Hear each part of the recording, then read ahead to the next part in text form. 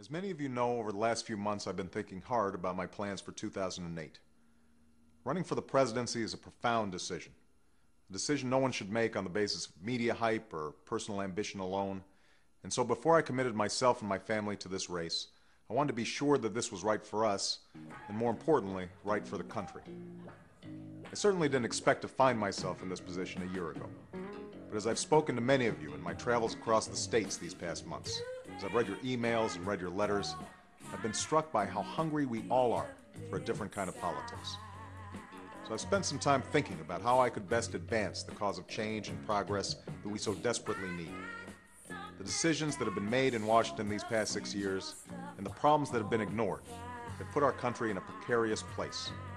Our economy is changing rapidly, and that means profound changes for working people.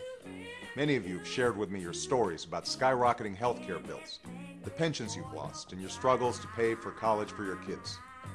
Our continued dependence on oil has put our security and our very planet at risk. We're still mired in a tragic and costly war that should never have been waged. But challenging as they are, it's not the magnitude of our problems that concerns me the most. It's the smallness of our politics. America's faced big problems before, but today our leaders in Washington seem incapable of working together in a practical, common-sense way. Politics has become so bitter and partisan, so gummed up by money and influence, that we can't tackle the big problems that demand solutions. And that's what we have to change first. We have to change our politics and come together around our common interests and concerns as Americans. This won't happen by itself.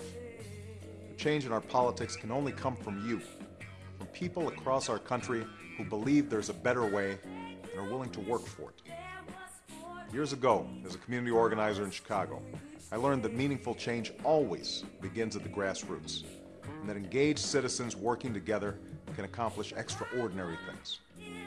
So even in the midst of the enormous challenges we face today, I have great faith and hope about the future, because I believe in you. And that's why I want to tell you first that I'll be filing papers today to create a presidential exploratory committee.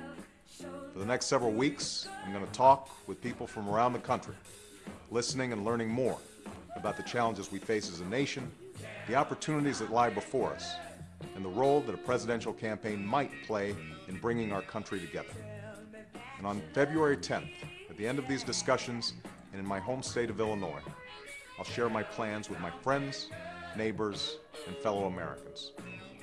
In the meantime, I want to thank all of you for your time, your suggestions, your encouragement, and your prayers. And I look forward to continuing our conversation in the weeks and months to come.